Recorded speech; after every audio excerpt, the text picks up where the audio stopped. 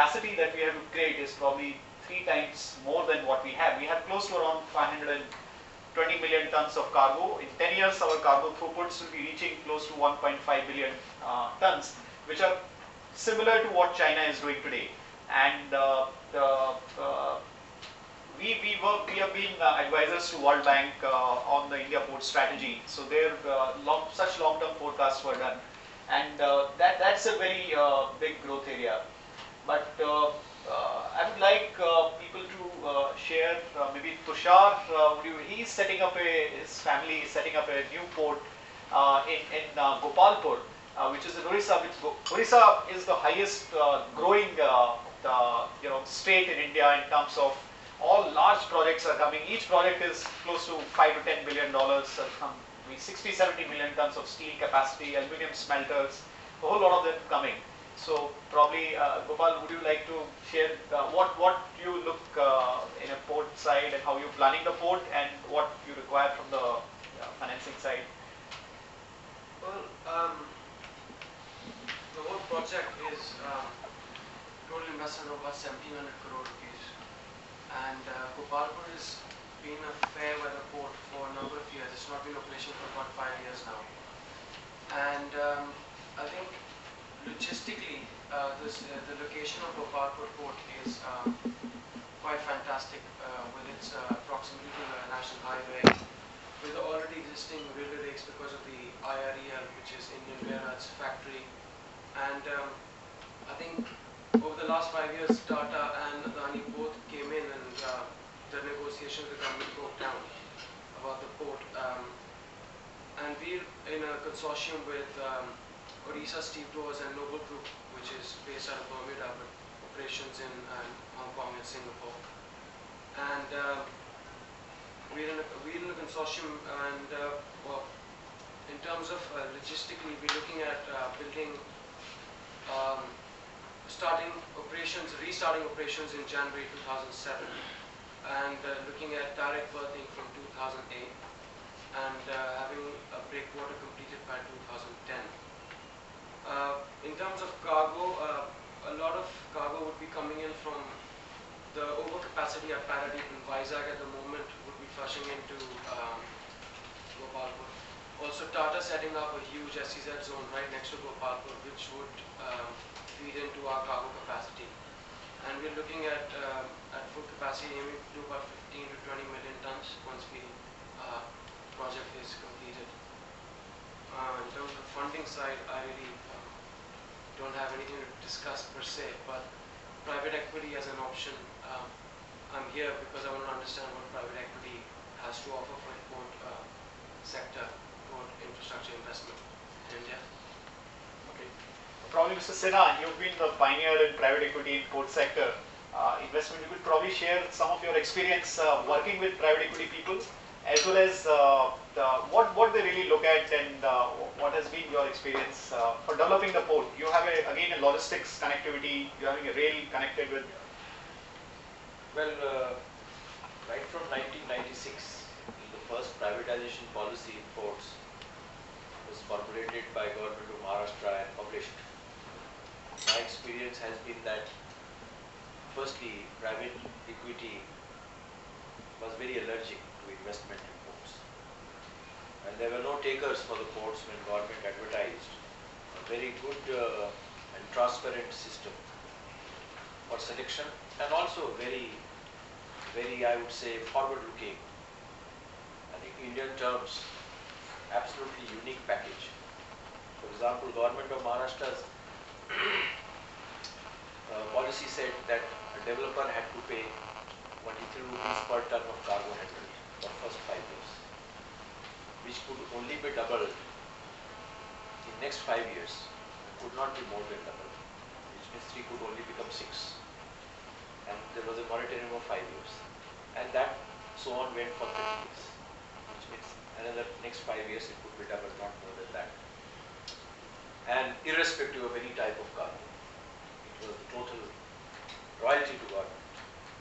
But still, private equity, big players were just not interested in those things. Well, there is much more interest in port sector now. That's post 2000, I would say, 99, 2000, there is more interest of investment in ports. But to tell you frankly, excepting perhaps Mundra and Pipavav, others are all in talk in various levels of investment. Nothing concrete is around. Pipavav will grow because there is a big shipping line. We discuss shipping, all that. Logistically, it fits them in their whole planning, and therefore Pipavav is driven by a multinational conglomerate, and therefore they are taking care of equity. We are finding very difficult to get equity from anyone till AP Moller Merck's jointly formed. Now there are a whole lot to give equity because of their need. Otherwise it was a problem. I know for sure with this industry being for the last 15 years, nobody was interested in Pipavav. Probably that was the reason that earlier promoter has to sell it off lock, stock and barrel, because others were just not interested. Actis, CDC, I think, was the first private equity to invest in Pipavav, and they brought in PSA, and then PSA, Maersk, and a whole lot of things started. They did not get enough confidence, by their investment in ports. PSA withdrew with a lot of injury, I would say, financial to them. But now things are going on okay because there is a big international shipping line, #1 container line in the world. So it fits us also in their logistics. Though port will not be a Maersk port, it will be offering services to everyone. It will be a comprehensive port, just not a container port. But private equity is still to be seen the way to come in the picture. Let's take example of Maharashtra again. We have two ports where Maharashtra government signed MOU. One is Revas, which you hear and read in the papers, that earlier promoters had no capability, they were not able to raise equity. I was dealing with that for last, till 1 year back, for 2 years, and they were not able to find equity partners with great deal of support that government was giving to the promoter. Now, of course, it's changed hands, and let's see how it goes. So, my own experience is that private equity is not really very bullish. Port as such, they may be bullish on CFS, again, which is a small investment, less risky project. Returns can come, if the port is working, return can come in day one, CFS. Ports returns don't come in day one. Typically 2 to 3 years investment will take place. Cargo does not ramp up the way planned load factors got 100%. Port does not get 100% at any point of time. You may have a capacity, but that capacity will take time to reach, because ships don't start calling the way the port gets, the moment the port gets completed. And there's whole logistics which needs to be developed by shipping lines, charterers and others. Whole range of services which do not come the way the moment port is constructed. So basically port evolves, organically it evolves. It's easy to enter a shipping business, buy a ship, become a ship owner. It's not easy to, that way, to get into port business. You can't buy a boat easily.